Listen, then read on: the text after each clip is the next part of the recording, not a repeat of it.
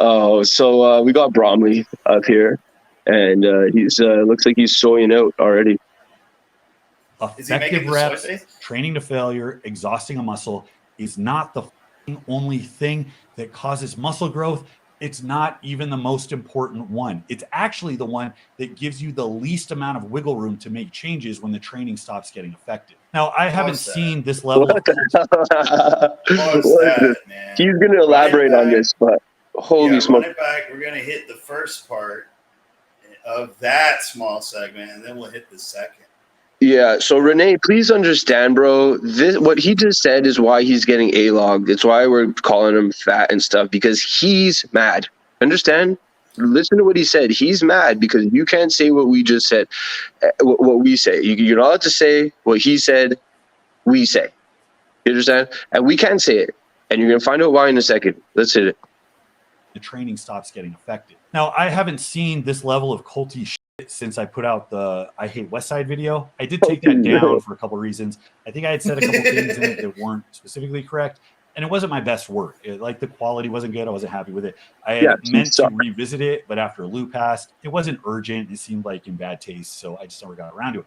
But that comment section was an absolute show. I was just inundated with like the bearded 400-pound neck tattooed septum piercing triple ply open back bench shirt wearing hillbillies that were just going to bat Louis Simmons and a bunch of kids that weren't very strong or accomplished that wanted to emulate the 400-pound hillbilly. I don't know that this comment section got to that level, but it got pretty damn close. Now here's the thing, when it comes to systems of belief, people are desperate to show that what they believe, the thing that they globbed onto, is just as good, just as valid, if not more so than everybody else. So you see a lot of othering. You see a lot of us versus them. Now you get guys like Jay Vincent and their salesmen. Salesmen do what they do. They over-embellish the thing that they're selling.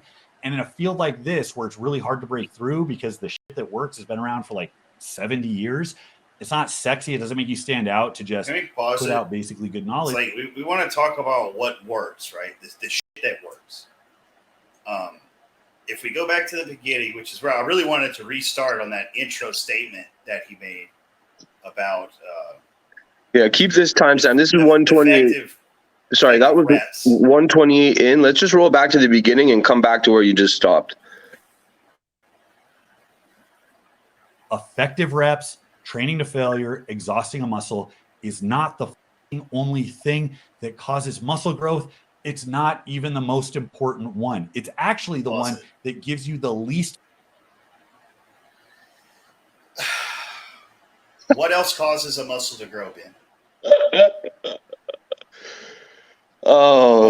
What else stimulates adaptation? Trend. Like, I don't know, dude. I don't know what the answer to that is. I don't know the answer to that either. Call me. Maybe I'm stupid. Maybe he's going to teach us something here that we didn't know of, Billy. Right? There's some other way. You can grow muscle without training to total failure. Tons of people have done it. But what is the factor within that training that is going to get a person a stimulation? Effective reps. So we're gonna reps. That's what we're left with. Because what if I did 100 sets of one at 50%, of my max capacity or whatever? Like, what the fuck is that going to do? Maybe when I get to set 75, or set 84 or whatever. But then again, the reps are going to start becoming effective. They're going to start tiring the muscle. Yeah. West side. What is this about? What is he really saying here? Yeah, I don't know. Conjugate loads you heavy enough so that you perform effective reps. There's involuntary slowing of the implement, right? The guys are big and strong, right? So what did they do to get big and strong? They performed effective reps. They might have stopped before absolute failure, but if they're training at the percentages that Westside recommends, in the volume that Conjugate recommends, right? You're still performing, like you're at the edge of failure. You're maybe a rep away every set. So maybe you perform 2, 3, 4 sets, whatever they got going in there, right? But so now you've got 20 reps at a high enough percentage that most of those are full out balls to the wall reps.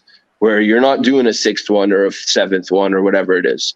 Maybe you even have AMRAP sets in there, to my recollection. So, you know, it's like, what are you really talking about, dude? And then, anyways, I'll talk about what he said about West Side guys after. But are those the guys you really want to talk smack about, bro? Like, jeez. Anyways, moving along. Yeah, but yes, right after this, you know, he's saying that.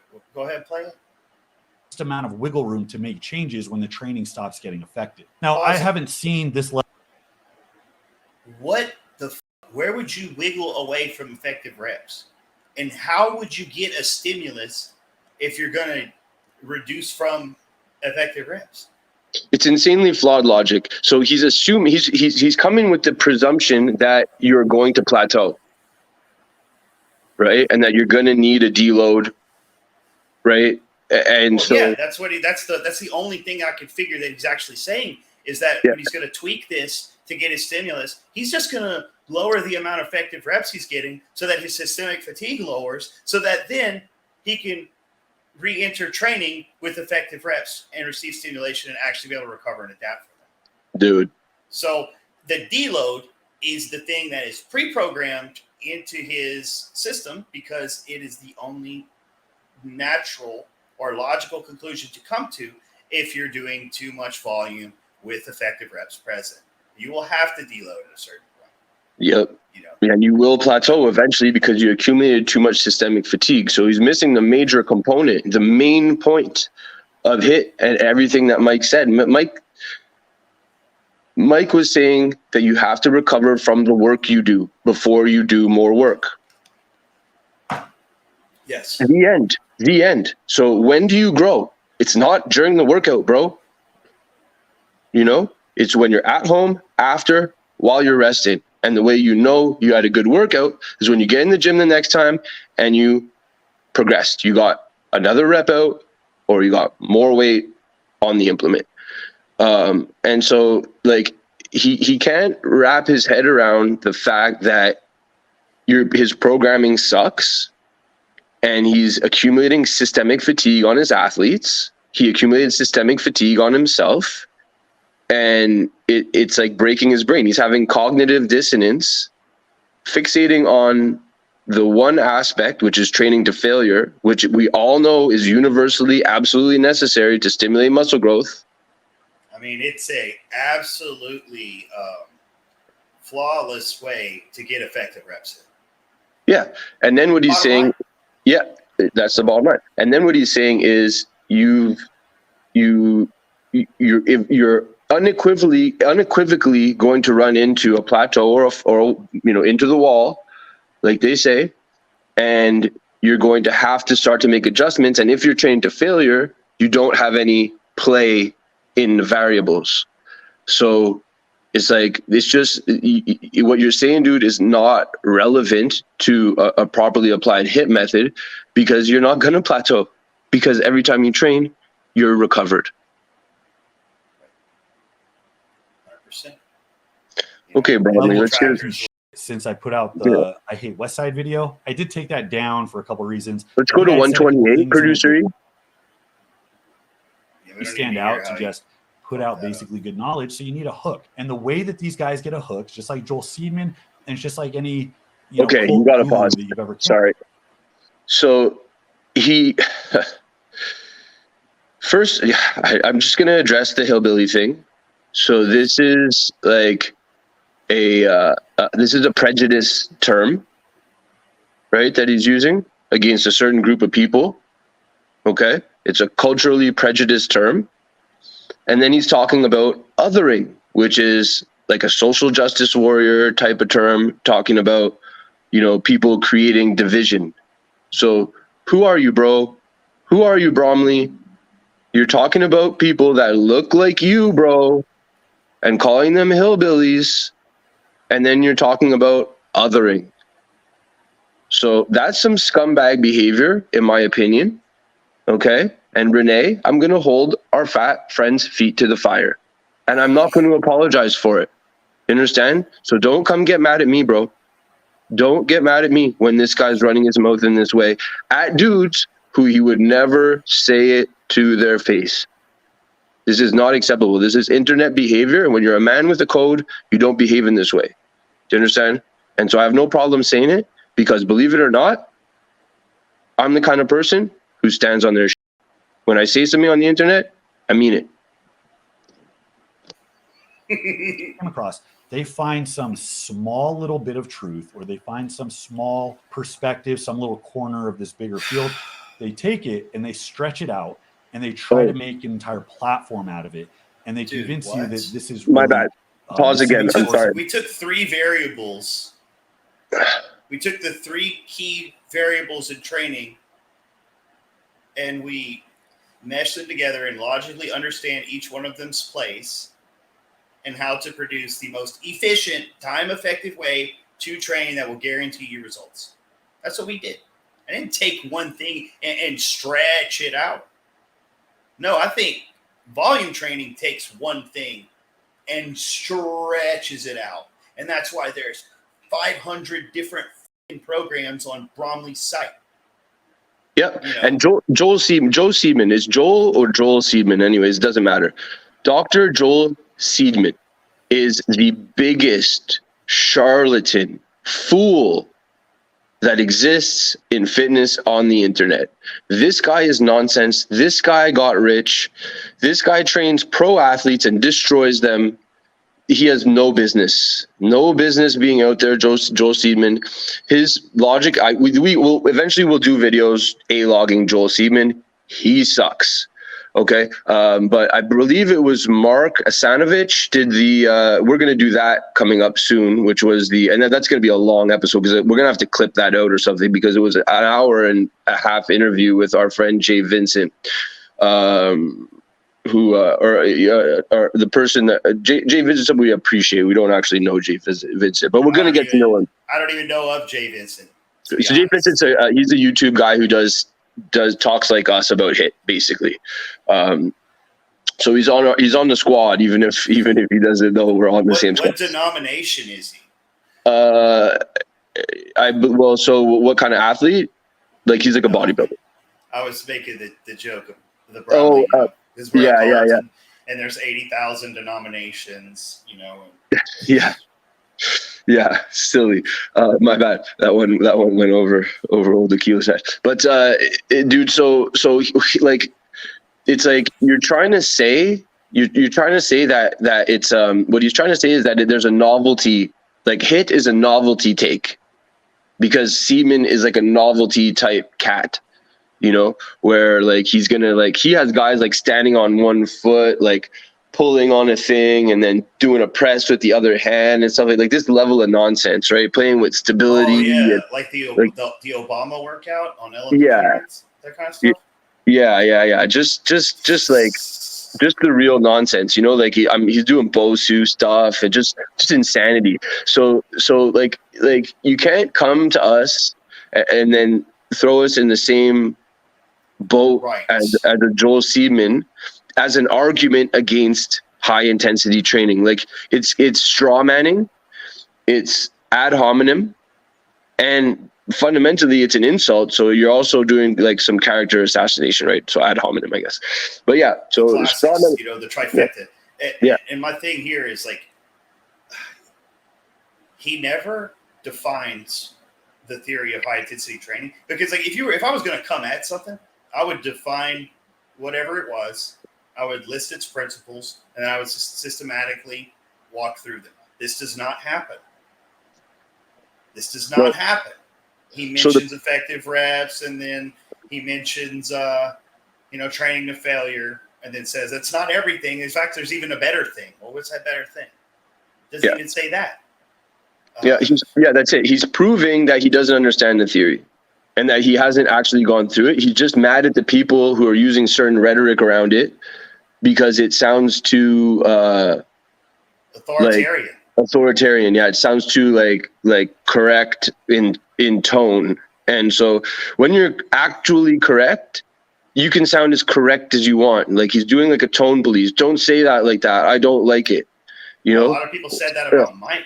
About Mike that he's so arrogant. You know, he sounds so sure of himself. Well, of course he sounds sure of himself. He 100% believes everything he's saying. And he's got a damn good reason to believe that. Yep. You know? Yeah. Make him be wrong. Make us wrong. Make us be wrong. Come tell us why we're wrong. And Bromley thinks he's about to do it. So let's find out if he does. I'll concede. I will concede on stream right now if Bromley gives me an argument and gives me a reason to. I will concede. Hey, I will I wave the white flag. conceded to Renee in our conversation, and it was that, well, not everybody can train high volume. You got to start people off with volume so they can learn how to work out. It's like, okay, I understand that, but that doesn't debunk anything that we do. And it's but just also, do you? Right. Do you even have to start off a new athlete with that? Because if intensity is a skill set, which we both believe that it is, the way that you build a skill is by performing the task. Yeah, you teach the skill. I teach what the I do. skill, right? So I do it every day. Thank you. Yes, it's all about you got to surround yourself with the right people. You want to train true heavy duty style training, find somebody that does it and let them put you through a workout. Let them show you what it is. And we talked about my beginnings in the gym last episode, and how it started for me. When those guys took me under their wing, they forced me to train extremely hard to go to failure. Now, they made me do it too many fucking times, but from the start, I knew how to train hard. And that's what people need to learn how to do. And the only way to do that, to learn that, is to do that. So we had the same experience. You don't have to start a person off on high volume. No, you don't. The argument of, a person isn't capable of failure. Failure is failure, regardless if the mind was the mental block. The fact is that if we force a progression every workout, they are going to dig deeper into themselves every workout. So they will acquire the skill over time. Yeah. Because they have to beat their previous best. Yeah. And that's what leads to the question of what is failure? Right now, we're going to get into the weeds on that. Right, we did the Niptard episode where we talked about Paul's response to that. Right, so it's like I want to see a deadlift when I'm looking at my client's deadlift. I want to see the deadlift performed one way. I want the twinning of repetitions. Right, up until they're no longer capable of performing the rep cleanly. Frequently, when somebody's learning to deadlift, right, you are asking them to do something that potentially has some risk attached to it. They're experiencing some fear right out the gate. Their nervous system isn't tuned up to actually go get the output that they truly have, right? And so it takes a few sessions to get them to their actual current full strength. They're learning the skill. So let's say I get a client to 5 reps. And they start to make a fault, right? Their hips start to come up, right? On their deadlift. I'm going to make them stop, step away, reset, see if they can get a couple more clean reps out. If they can match the same form as previously, I'm counting those reps. It's called rest pause. Maybe they get 7. By the time 7 comes again, their hips hike up halfway through 8, stop, mark down 7. That's it. We're done. Next session, we'll do 8. Right? So eventually that person finds their output. They start building the neurological pattern for the movement without overtraining themselves. Fatigue does not factor in on multiple repetitions. Right? But if let's say you have a guy that you're trying to get him to do deadlifts and you put him at a plate, right? And the guy can pull, like today, based on his strength, he's a 200-pound guy. He can probably pull his body weight, right, for a rep or 2. But if you put him on a plate and you make him do 40 reps, are you grooving the pattern, right? Are they 40 identical reps, right? And so then now we're just like, spinning our tires, right? You're doing junk volume now with deadlifts. Is that a good idea? Anybody out there think doing junk volume with deadlifts is a good idea? Because I sure don't. It's a great way to get a lower back injury, especially on an untrained body. It's a great way to get some sciatica pain, or tweak something. Yep. Yeah. So, that was really good, Ben. Yeah, that was perfect. Thank you. But so coaching quality movement. What's better is to force. Yeah, exactly. We're teaching quality because that is the ingrained thing in HIIT training is that we want mirroring of each rep. Each rep is part of a scientific experiment. We have to maintain control on all of our variables. We want all of our reps to be the same, with the same tempo, the same cadence, the same form. It's about precision. It's not about hitting X number of reps for X number of sets. It's about mastering these movements in such a meticulous way, and to connect the mind to the body and to get effective reps in. Train to failure. Because failure is the guarantee of effective reps. Effective reps happen by the time you got to failure. That's right. That's right. It's fish away to get them. Yeah. If I've got a 3-plate bencher, I'm going to start warming them up, right? Maybe you throw 185, but you get to 225.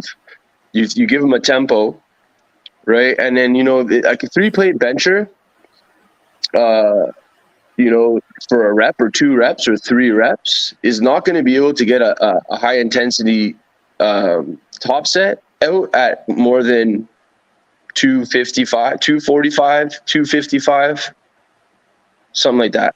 He's going to end up 8 to 12 reps at that weight. And so maybe I'm erring on the light side, but next time he comes in, maybe we load him up. He's at 265, 275, right? Do that 3 times in 30 days? Okay. And retest your 1, 2, or 3 RM and watch if you're still a 3-plate bencher. Right. You know what I mean? The argument about, it not being effective for strength sports, you can't argue that, and that's one of the things Bromley does. Look, we took Girth. Remember Girth hired me for a month, wouldn't do the diet because he's like, I'm just a lazy piece of shit. I just wanted the program.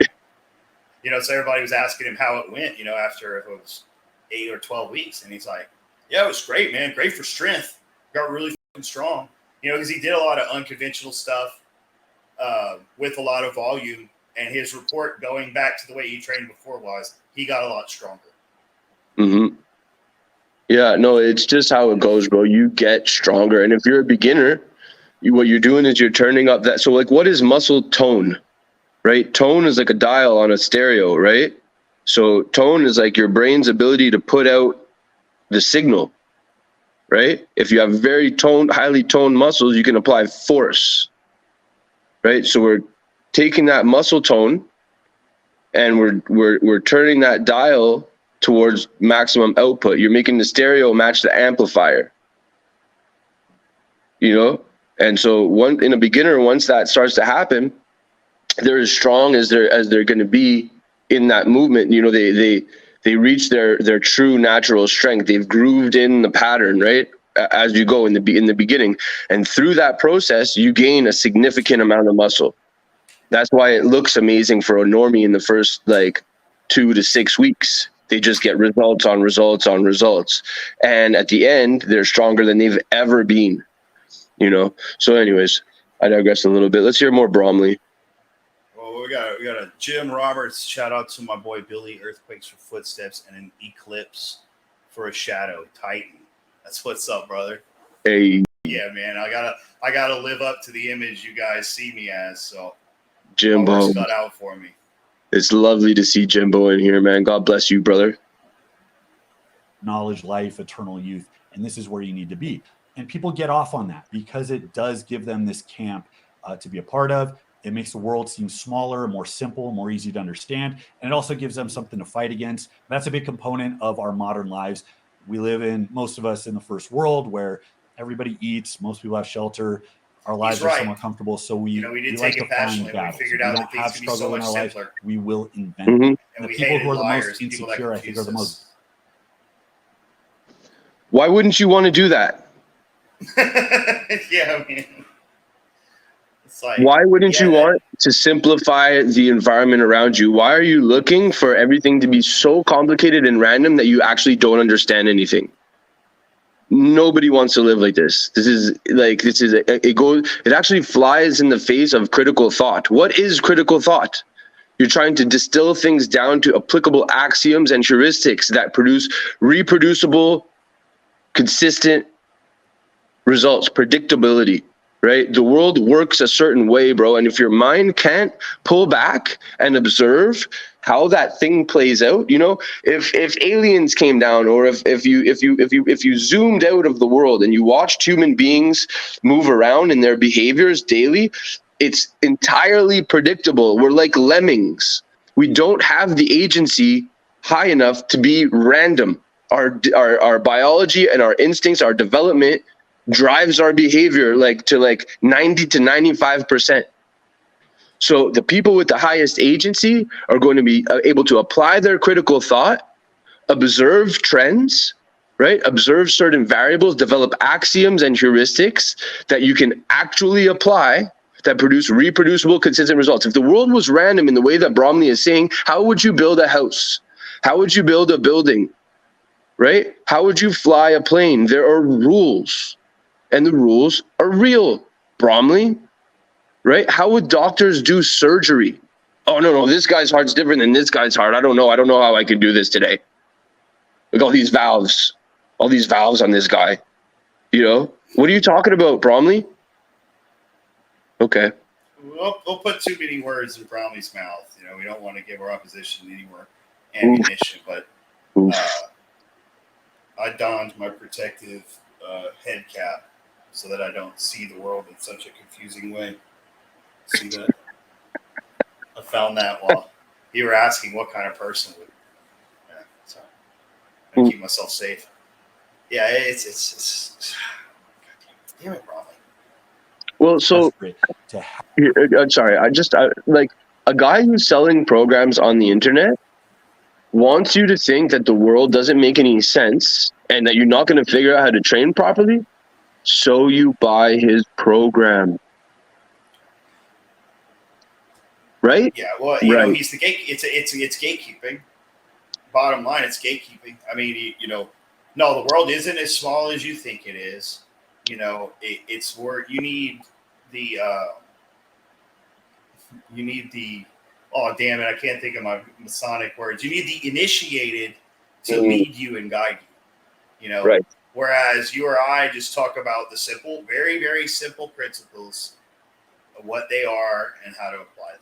Yeah, you don't need us, fam. You need the theory. Like, you really don't need me to write your program for you. You need to understand the theory, and you can do it yourself. Yeah, it's cool to train with me, right? If I was standing in the room with you, it'd be cool. Like, you'd like it. I'd teach you all kinds of cool shit. For sure. But you don't need me. I've been doing this a long time. I have all kinds of cool things to say about lifting weights when I'm hanging out with the person while they're lifting weights. So it's like, what am I doing? I'm teaching them to lift weights really nicely and cleanly. And I'm giving them something that they could find anywhere on the, like, easily. You can find it out.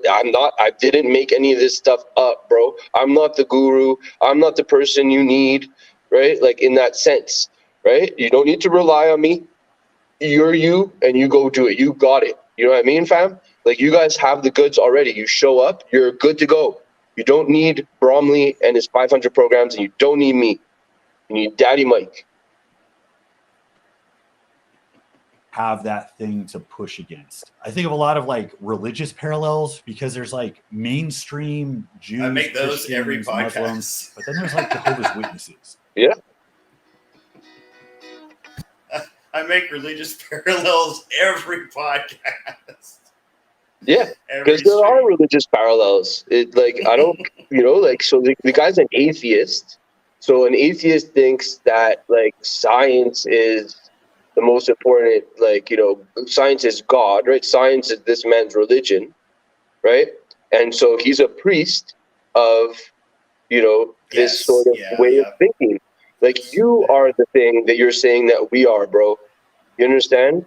Like we're not trying to say, like, we're the gurus, right? That you need to listen to our, like believing in a religion is for everybody. You know, God is for everybody. You know what I mean?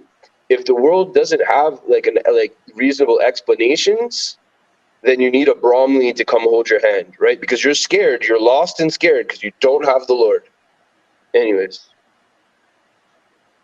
They're like something else. They're a little off. And then beyond that, you get to like Heaven's Gate, where you got people wearing the white sneakers, drinking the Kool-Aid, waving at the comet, hoping astral Jesus picks them up and takes them to the promised land. So there's a spectrum, but everybody along that spectrum wants to believe that their stuff is just as good or reasonable or grounded as anybody else's, because you need to put that much stock into it, to buy into it to that degree. I can think of like Judaism, where they don't have the Christian mission of just wanting to proselytize everybody. They're elite, they're exclusive. Like, you got to work hard. If you've married into a Jewish family and you're expected to convert, you got to put in work. And that's part of the reason why there's kind of this culture of excellence. They're high performers. Where on the other hand, you look at Jehovah's Witnesses, Interesting. No, Very bro, interesting. really? Did we Very really just go interesting. down there? Where did that come out of? Right. So Why we're did you shedding insert some light. that in this Yeah. video, bro?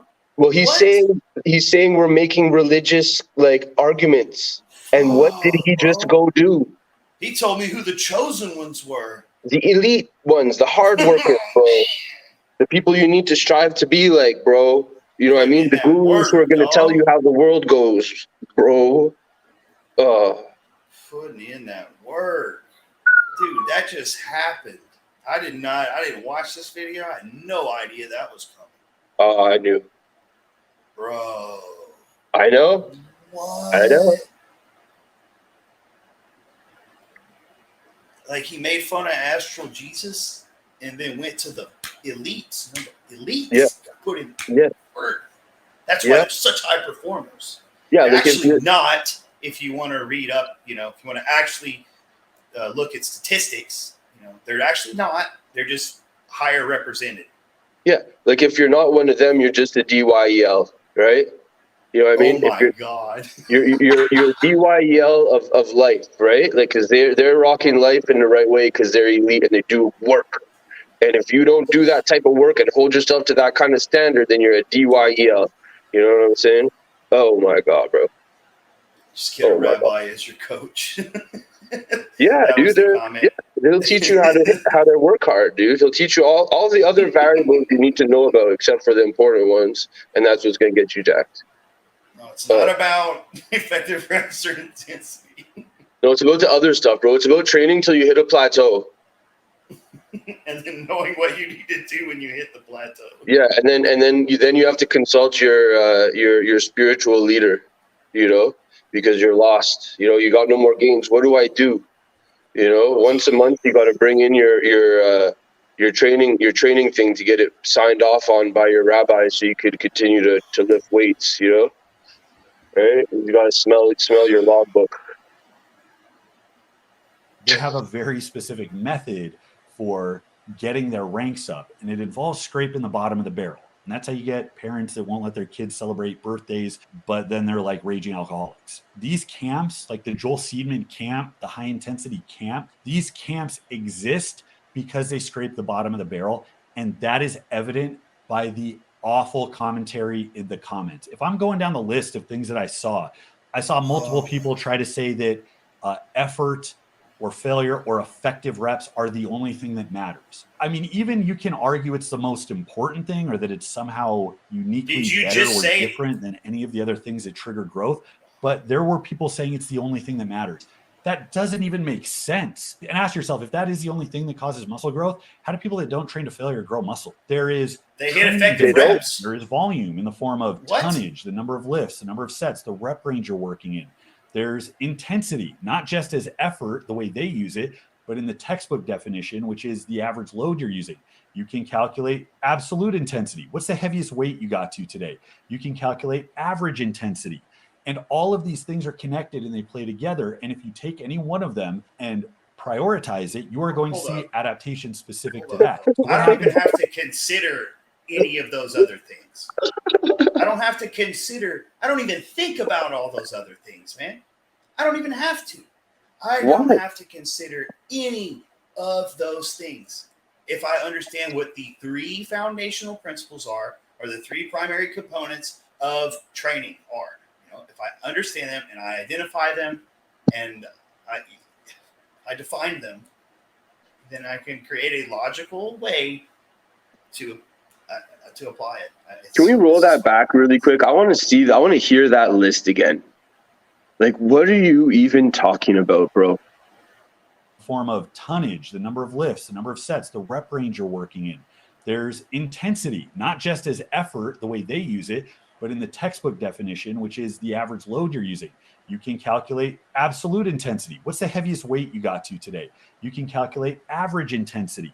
And all of these things are connected and they play together. And if you take any one of them and prioritize it, you are going to see adaptation specific to that. So what happens when you take a high intensity trainee who grew and got better, bigger, stronger off this method, but then they plateau? Because plateaus come for They everybody. don't. It doesn't matter how optimal your training threshold is. Yes, it Whether does. you're cycling, swimming, or doing HIIT in the gym, Guy's eventually the stressing me same out. stimulus leads to an adaptation. It renders the stress inert. You stop adapting because your body registers it as like just another day at the office. What happens when that's the case? If you say, do another set, is the set as good? Is it Another as day in effective? the office? No, probably not. Hold You'll on, just just a do rep- second. Another day in the office? Like, have you ever done a max effort set? If we're going to be unscientific, which him saying that my body's going to say it's another day in the office is pretty unscientific. Like, how could my body possibly think that going into a high intensity set, a max effort set where I've tried to beat my previous, is another day in the office? And like, since when do swimmers First and off, I'd runners only be showing up to do work in, 3, maximum 4 times a month. One hell of an office job. Like, what? What, dude? Like, Sounds what? like I'm the boss and I'm showing up to bust heads or give out rewards.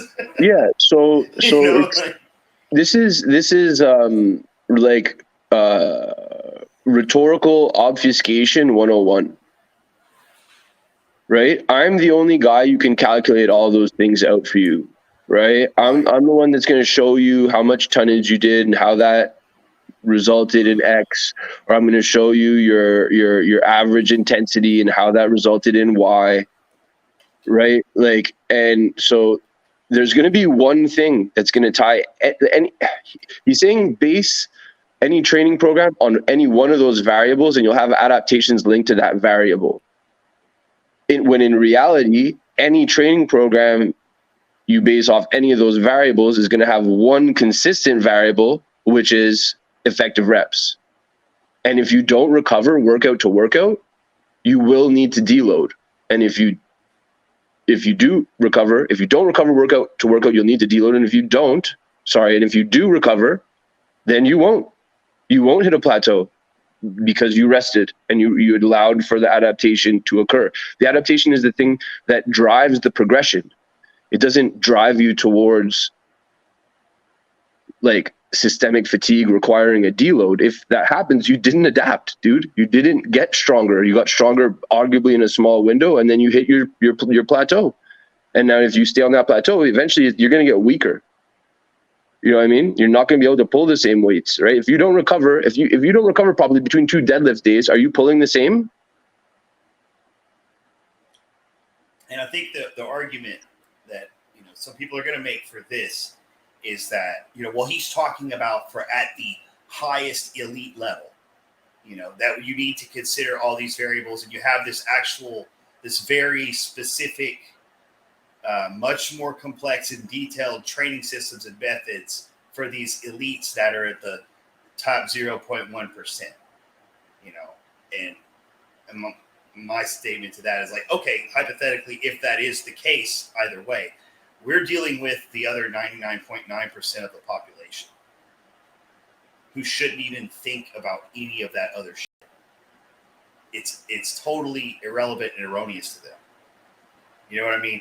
You got this guy is speaking. There's a bunch of power lifters with 1,000-pound totals staring at their computer, listening to Bromley talk, thinking that, oh yeah, this is it. This is what I need to know right here. It's like, bro, your total's 1,000. Like, man, you have a What are you talking about, dude? Like, what are you talking about? You are, you can't see the forest through the trees, bro. You're worried about all the minutia, and you don't even have the foundation set up. He's trying to obfuscate it. He's trying to hide it, right? He's trying to make people confused. Oh, look at all these trees.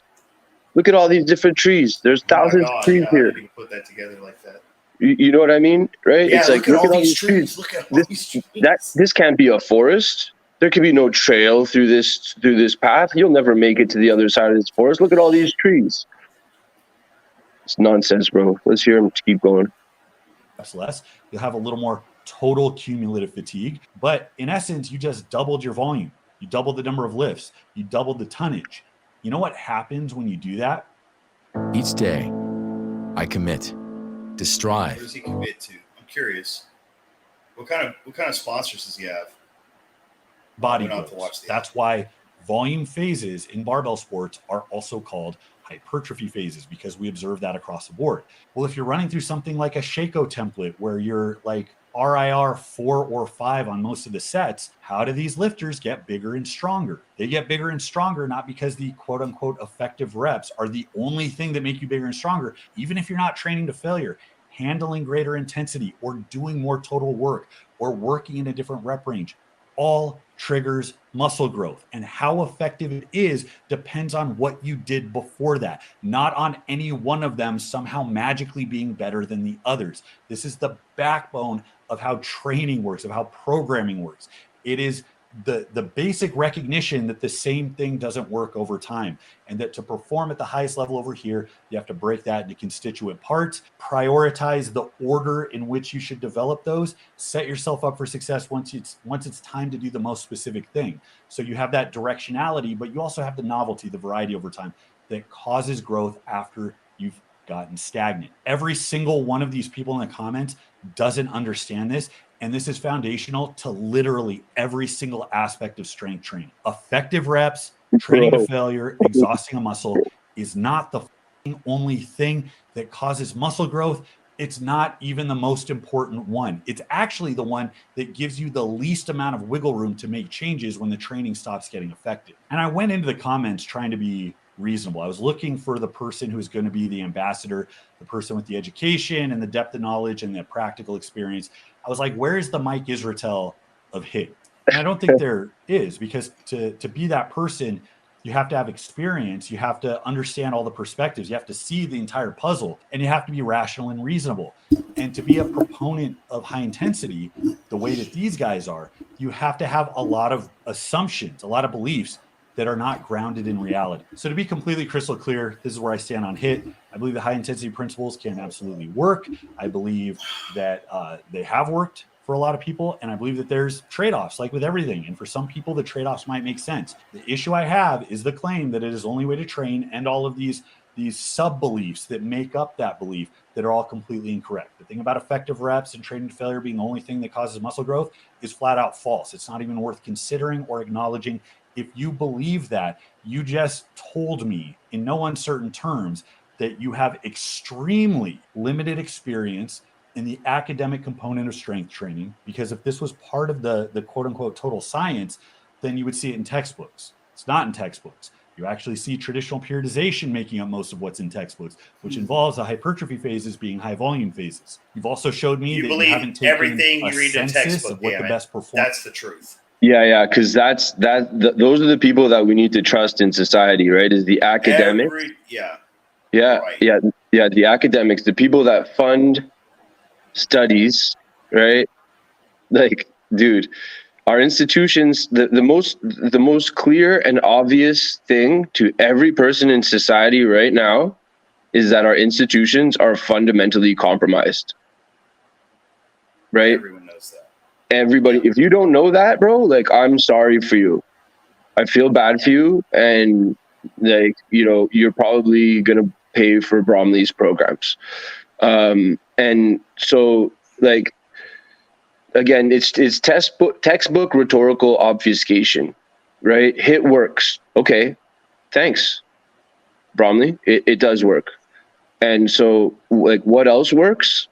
Few other things work for, if you want to be an Olympic lifter, if you want to be a power lifter, there's other programs that have gotten people stronger. It's true. It's not true. Yeah, I can definitely see that, you're going for more of a neurological adaptation. You'd be able to work these certain leverages to perform this very specific task. Your goal is a movement. That's your goal at the end of the day. So I will concede that there's probably, there's better forms of training for that. for competing in an event. Specificity, right? But I'm not going to double my volume and grow. If I double my volume, I'm immediately going to become stagnant, and I'm going to regress, and then I'm going to get injured. There was at no point in my training career that I ever doubled my volume and saw better results. It flies in the face of the most. It never happened. Yeah, the most basic principle Mike provides us, and so there, Mike Menser, I mean, and so there is a Mike Israetel of HIT, and his name is Mike Menser, and he's passed away. Okay, and so we cannot consult him, and he also is not an exercise physiologist in any institution. Right, he got pushed to the edge, to the dark corner of the bodybuilding world at the time that he was participating in it, because he wasn't a proponent of periodization or high volume training, as it were. And so the powers that be, the people who also fund these studies, didn't want to hear what Mike had to say. So he found himself with a limited platform. What he was telling us was, if you do one set and you go to failure, right? And then, first of all, if you're able to do the same set a second time, you didn't work hard enough in the first set. Secondly, if you double your volume, right, that's the biggest increase you can possibly make at any time. Any single moment is going from one set to two sets. So all you've done in that sense is eaten into the time it's going to take your body to recover and adapt. You're extending that time period for an inconsequential benefit, right? You already taxed the muscle. You already did the thing you set out to do. So one of the variables is minimum effective dose. What about minimum effective dose, Bromley? Right? So let's ask Mike Israetel what he thinks about that, because I know that that's one of his most important principles. Right? So then we're talking about things like reps in reserve on a Chico template. Why do those guys get bigger and stronger and grow muscle? Well, I'm assuming that Chico templates are going to be applicable for both powerlifters and weightlifters. And those guys have weight classes, right? So if you gain too much muscle, you're out of your weight class. All of a sudden, you're getting beat by guys who are heavier than you at the top of their weight class. That's such a good point. Into all of these sports, Yeah. So they're not those. So he's saying it's observable across the board. But I'd like to see him talk about, like, asking for sauces. Show me a sauce that says that the Chico template produces as much muscle in the same amount of time that HIT produces it, in the same amount of effort and time in the gym, right? It's not true. It doesn't. And so it's like, what are you trying to do? Are you, so guys who powerlift and guys who train Oli lifting, they need some downtime. They need an off season. What's the best thing they could do to get themselves better? Like, when they're not training for their specificity of their sport, it's training HIT. You're going to get more muscle, right? You're going to get stronger with the least amount of tax on your system. So when you go back to your specificity, you're better. You have more motor units recruited and a larger cross-sectional surface area of the muscle, very simply, right? So, like, this guy, like, it's wild rhetorical obfuscation. Right, this is academic rhetoric 101. It's wild to watch him go through this, man, and think and act like he's got a point. Like, what is your point, bro? Unbelievable. Let's continue. Yeah. Performers do, whether it's in physique and bodybuilding, whether it's in athletics, whether it's in strength sports, or any field where building size and building strength is important or desirable. You showed that you're willing to take a very small amount of information that was spoon-fed to you and present it like you regurgitating it as somehow the same as being an expert. I'll say it again. If you want long-term improvements in size and strength, you need to have a handle on effort, volume in the form of tonnage, total number of lifts, rep ranges, absolute intensity, average intensity, and training density, which is just the work you do over time. Those are the big ones, and there's actually more than that. If you have a handle on those, that gives you a lot of tools to make changes to keep growing over time. This is how the best coaches in the world train their athletes. That's not true, and it's an appeal to authority. It's just not true, and it's an appeal to authority. What's the most important job of a coach? Marcus Stanovich says it in the Jay Vincent interview. He says their job to coach, if you're coaching NFL players, the most important thing that you can do that correlates to winning on the field is keeping the athletes uninjured. Yeah, for sure. The starters need to be on the field. They cannot be getting hurt. So what do you have to do in the weight room to keep them from getting injured? Right? You got to manage their volume and get them ready to perform on Sunday. The end. If you want to get them as big and strong as possible in the offseason and not get them hurt, right? Manage their volume. We know that, a lot of the best athletes that exist, they're good athletes, they're good at their sport, and so they're not forced to train hard. They're not the workers. This is Isanovich. I'm paraphrasing him. But the best wide receivers, these guys are crazy athletes. The best, they haven't actually been forced to develop their muscle mass. They're doing Olympic lifting, they're doing cleans. And in college. So they're in the weight room, they're getting good at those things, but do those things transfer to the field, right? So as soon as they start to train something that resembles HIIT, they don't have the same tax on their system, right? They're actually growing muscle and getting big. You ever seen a guy get in the NFL and get weaker and smaller and then stay in the NFL and be successful and win Super Bowls? This is crazy. What the guy's saying is crazy town, man, that those are the best coaches, the best strength coaches in the world, right? Don't manage their athletes' volume. They don't let them recover in between workouts to keep them from accumulating systemic fatigue. They'd rather calculate total tonnage. And so he starts that whole diatribe out with effort. What is effort, bro? Like, this is a synonym for what we're saying is intensity.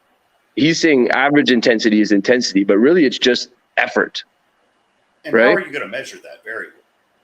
That's where we come down to, in terms of being scientific about it. We know that we can't measure anything between 0 and 100%. There's 2 units of effort that you can absolutely be 100% sure of. There's 0 when you don't pick up a barbell, and there's 100% when you can no longer perform a rep. So you want to be so technical, and you want to have you got to have your hands on all of these things. And one of the key ones you can't even equate for, truly. I mean, truly, you can make an estimated guess, but even that is murky. Reps in reserve. Yeah. You put a knife to your kid's throat. See how many reps in reserve you got then. Yeah. Do you want a guy and failing? God, I'm not saying that. I'm just saying that something like what can inspire the mind, what could be a drive to make you realize that you had less than or more than 3 reps in the tank. Yeah, you got to learn that skill. You got to be able to know as the athlete that you actually laid it all out there. And the way that you know is if you pick up the same weight or a heavier weight next time you get in the gym and you do more reps with it, or again, it's heavier and you do the same amount of reps. So you don't want a guy failing muscular failure, mechanical failure under a barbell performing a snatch. That would be bad. You don't want this. If you're a good strength coach, trust me, you do not want this. So the ways of coaching those specific movements, right? They do require consideration of other variables. The variables he's describing. Now the question is, what about the principle of transfer? The principle of transfer,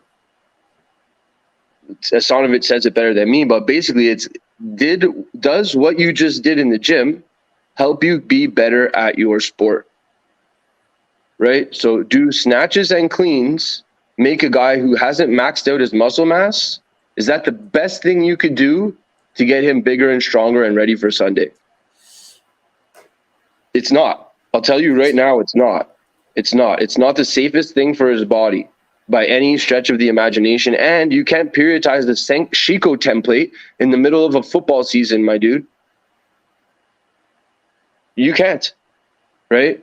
You can't do Shmolov, right? You can't do Shmolov or Shmolov Jr. in the middle of a football season. You're going to injure your athletes. You're going to get fired as a coach. So don't lie and say the best coaches in the world do this, bro. They don't. And if obviously, very clearly, if you're coaching weightlifting or powerlifting and you have champions, they're not experiencing muscular failure underneath the barbell in a clean, snatch, clean and jerk, whatever it is. Okay? So what do you get them to do in the off season to make them build muscle? Do you make them so they never stop training? They go Shiko templates all the way through? What happens here? Or are they arguably genetically gifted people, right, who perform their specific task very, very well? And if they are, should they not maximize their muscle mass on their frame, their genetic potential, to be able to apply that to their specific environment? You know, it's crazy, man. It's crazy what he's saying, dude, and it's lies. That's the other important thing to understand, is that, you know, you can lie through like obfuscation, right? Look at all the trees. You can't get through that forest. There's no trail properly built, you know, to get through that forest because of all those trees. Dude, please, Bromley.